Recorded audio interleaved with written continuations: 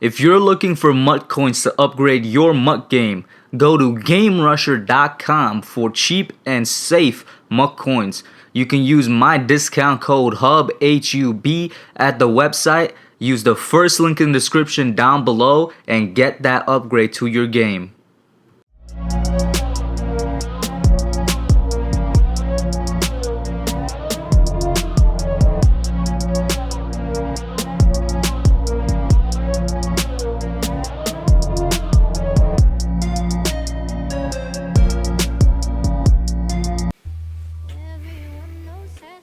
So it's the day after, afternoon after, not even the morning after of the game.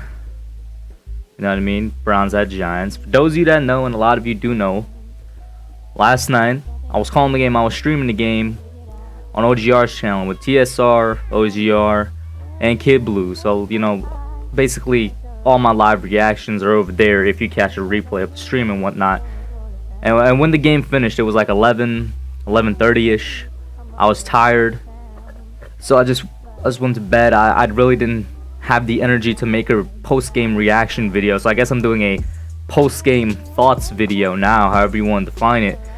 This game, man, this game has me feeling really down, man. Down bad. Has me feeling really depressed. And I thought that the San Francisco game had me feeling really bad, you know, after the loss there. The Cardinals game had me feeling some type of way, but this game, this is definitely the worst I felt after a Giants game this year, man. The Cleveland Browns absolutely mollywopped the New York Giants 20-6 yesterday on Sunday Night Primetime Football. And there's a lot, and I mean a lot, to take away from this. Before I get into it, hit that like button, subscribe, and share. And also, this is still a good year. Now, I know a lot of you guys are going to get tired of hearing that at some point. Maybe you already are tired of hearing it. But before I get into the game, let's talk about the year, and specifically that we're still on track, right? We've had 3 bad losses this year, and 2 of those 3 came 2 in a row in these past 2 weeks. That is true. However, the Giants are still on pace for what they were supposed to be this year, and even a little bit better. You know what I mean? It's still a rebuilding year. It's a year that when you factor in, you know, the 19, you factor in all the injuries we've faced, and we've been really injured these past 2 weeks, factoring the new coaching staff and whatnot, it was going to be hard for us to get to that goal of 6 or 7 wins. You know what I mean? That you want to see in the second year of a rebuild, and we're still on track for that, right? And guess what? We're doing better than a lot of people would have given us credit for, including Giants fans. I'm not talking about mainstream media. I don't care about that. But a lot of Giants fans, we had us at around 6 wins. We're currently at 5, with a realistic shot of getting at 6, and that is progress in your second year of rebuild, going from 4 wins last year, and a team that outside of those 4 wins looked really bad, to a team this year that is 5-9 right now.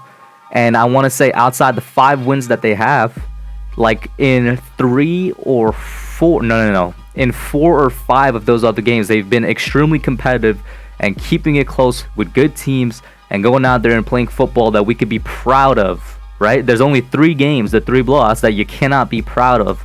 But this is a team that is building in the right direction, seems to find its right coaching staff, has the right attitude about itself, and it's fighting, you know, almost every week. That is a lot better than last year. And we are on track when it comes to the win column as well. I do want to remind everybody of that. We all got our hopes up because guess what? We had a chance to make the playoffs. And that in itself is an accomplishment, going from a 4-12 team last year that had no business, you know, being in nowhere near the playoffs, right?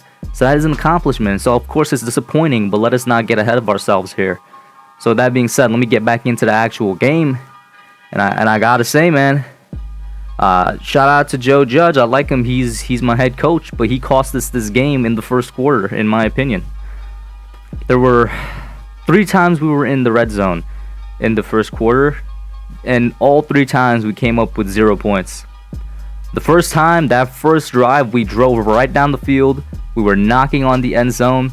It was a 4th down conversion on the weirdest trick play I ever saw in my life. Direct snap to Riley Dixon, who tried to pass it to Nick Gates. Graham Gano was open, funnily enough, but in the end zone. But that was such a weird trick play because it didn't even look like it was set up for a kick at all. There was already like 2 sets of people on each sidelines. It didn't look at all like it was a special teams formation, you know, for a kick. So the defense, the Browns defense, was immediately like thinking to themselves, okay, they're gonna try and do something here.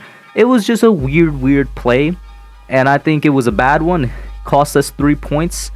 At the very least, if you were gonna go for it on 4th down, you probably should have done it with the regular offense. Maybe you cost us 7, but I'm gonna say you cost us 3. The second time, once again, knocking on the Browns, you know, red zone door there. We're over here trying to score. Once again, another 4th down conversion. This time it was a bit more sensible. We tried it with the regular offense. Did not work out, though.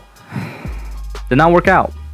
And it looked even worse the second time. I was saying on stream, I was like, I don't like going for it here. I would just take 3 points because I was already thinking ahead. I'm like, the Browns are going to score soon. Because we got to remember, the Browns didn't score the entire first quarter. I'm thinking to myself, they're going to score soon, and then we're going to be in a rut. So I want to get 3 points here. And while it is, some people can understand, I can see where people are coming from if they understand that Judge going for it on the second time. In my opinion, it was not a good decision. And bam, that's another 3 points that we couldn't get. And then the third time, where we just could not get back as far as we did in terms of field position, and we got nowhere. It was just,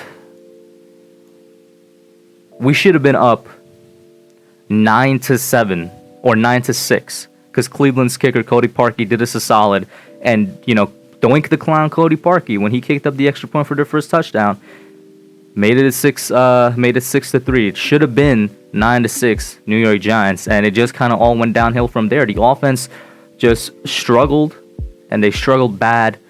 Could not for the life of them score in the entirety of the second or third quarter. Cleveland did score, and I do want to say this is a Cleveland team that was averaging like 40 points over the last 3 or 4 weeks coming into this game, and the Giants defense held them down to 20. And this is a Giants defense that's missing all-pro cornerback James Bradbury. Yeah, I'm putting him on that level because he is a top 3 corner in this league. They're missing him, their number 1 corner, and they're missing their number 2 corner or their second best corner, you know, who's in the slot in Darnay Holmes, the rookie. So our secondary 100% suffered, which 100% affects the ability to rush the passer, which, once again, we only have one legitimate pass rusher in Leonard Williams, and even that's an argument as to whether or not he's legitimate because he's disappeared since the Seattle game. A $20 million a year guy shows up every game, Leonard Williams. He doesn't show up in games that he picks and chooses. Shows up every game. I've been saying for a while now, I like Leo. I would like to keep him on the Giants. I think he should stay with the Giants to keep this defensive line together, but not for anything 20 mil plus. And these 2 games in Cardinals and Browns prove that. Can't really, he's not there every day. He's not there every down. He does need some help with the pass rushing, which is fine. It just means you're not a $20 million dude. But yes, the lack of help in the secondary affected every other level of the defense, and yet still, we held a high-power Browns offense to just 20 points. I do want to point out that is a win. I see it as a win in my book. And going back to the overall thing I was talking about at the beginning of the video, it's still a good year. This defense has proved that. The offense, I've been complaining about the offense since basically week 1, so I'm not really going to get too much into it. It's just they can't move the ball. I don't know if it's a lack of talent. There was a lot of drop passes last night. Colt McCoy actually had a couple of good passes. Like, he should have had a touchdown pass. I forgot to who it was in the end zone. Kind of hit them right in the chest in the end zone, or like right in the hands in the end zone, and they dropped it. I remember a pass to Tate that was dropped right in the chest. Shepard even dropped one. Evan Ingram, as usual, dropped one. I think Darius, he had a big drop. Everybody was dropping passes, right? So that just shows our talent level isn't there. Like, honestly, and these are good receivers. These are really good receivers, not great, which is why I've been saying for a while, we're going to have to get one in the offseason, more specifically the draft, right? So on the offensive side of the ball, the talent isn't there because they're not showing up every week. I mean, I was actually surprised by Colt McCoy's performance. I think he had a good game. Should we have ran the ball more? Probably. You know, Wayne Gallman didn't really get many carries. He was 9 for 29. Alfred Morris was 7 of 39. And Alfred Morris was running the ball well, but we definitely should have ran the ball more, in my opinion. We ran it for a total of, let me add this up real quick, 9, 10, 17, 19, and 2, 21. We ran the ball for a total of 21 times, passed it for a total of 31 times. We probably should have ran the ball a bit more. and that's on Freddie Kitchens, who took over play calling for this game.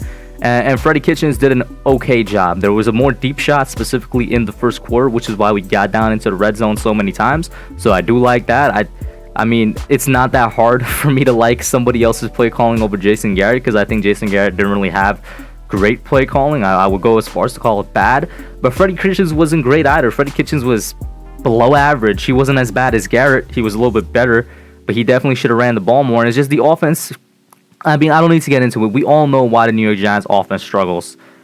And then special teams was a mixed bag, because Dion Lewis had that great run at the beginning, then fumbled on his next run. It was such a mixed bag. This game definitely has me feeling really, really down, man. I know a lot of you are too. And I'm not going to invalidate that by saying, oh no, we should be feeling good. But I will say, let us not forget, it's a good year.